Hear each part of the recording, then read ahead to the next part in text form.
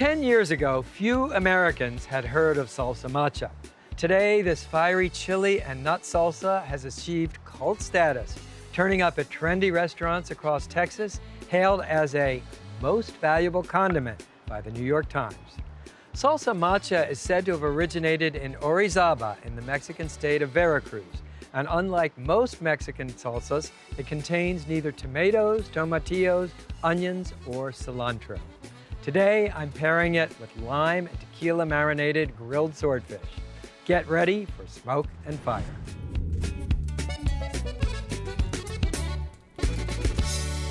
This salsa matcha starts with two chilies, the chile morita and the chile de árbol. The morita is a fruity chili, mildly spicy, and what you want to do is cut it open and remove the seeds.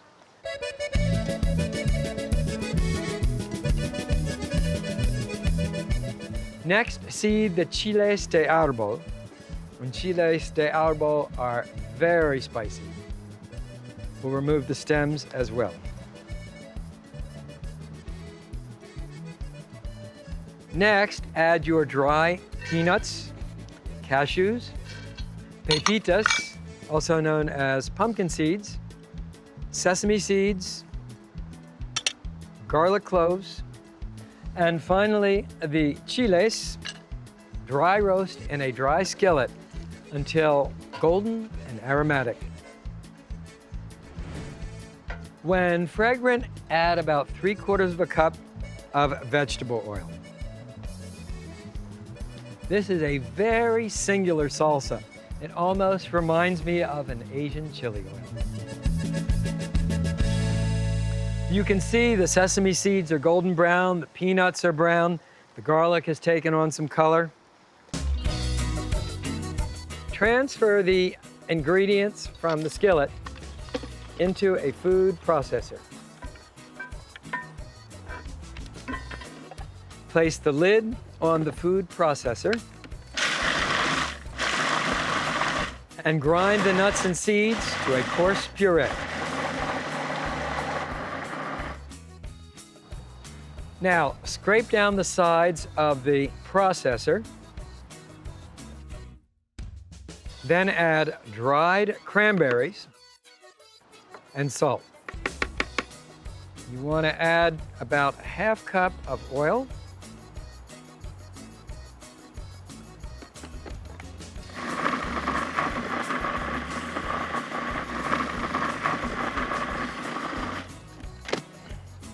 Add enough oil to obtain a thick but pourable salsa.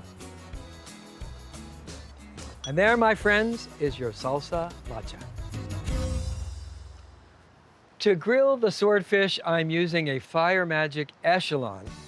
And I've set up the smoker box. I'll turn on the heat and load the smoker box with your favorite wood chips. I'm using soaked mesquite chips.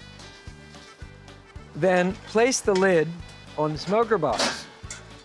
This may seem counterintuitive, but in fact, by placing the lid on the smoker box, the chips will smolder rather than catch fire. At the same time, turn the burners under the conventional grill grate on high. It will smoke the swordfish from here, grill it over here.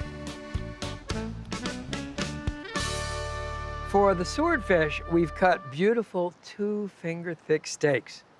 And we'll start by seasoning the swordfish with coarse sea salt, freshly ground black pepper, freshly squeezed lime juice.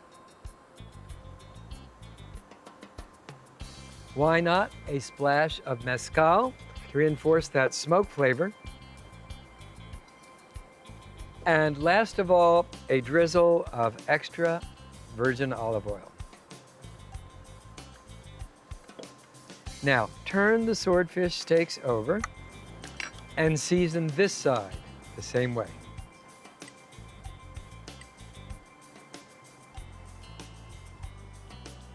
And I like to just pat the seasonings into the fish with the flat of a fork.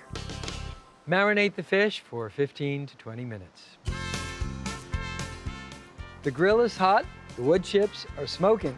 So we just need to oil the grate to keep the fish from sticking. I'm using a half of lime impaled on a carving fork, and I'll just draw it across the bars of the grate. Get the fish and position it on the grill grate. And I like to go slightly on the diagonal of the bars of the grate.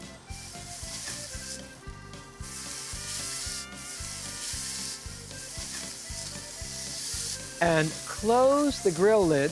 This is a really quick cook, 2 minutes on one side. You do not want to overcook this fish. All right, after a couple of minutes, give each swordfish steak a quarter turn.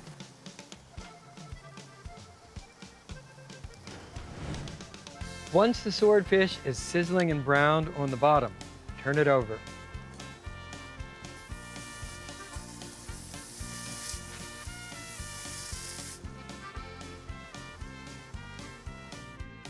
So here are your grilled swordfish steaks.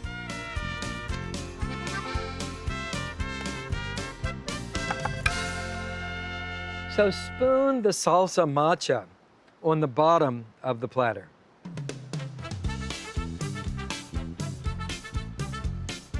Then arrange the swordfish steaks on top.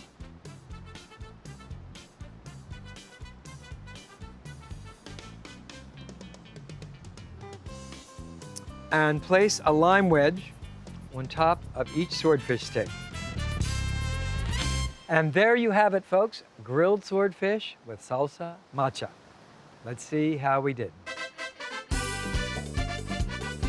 First, a squeeze of fresh lime juice, then cut a bite, dip it in the salsa.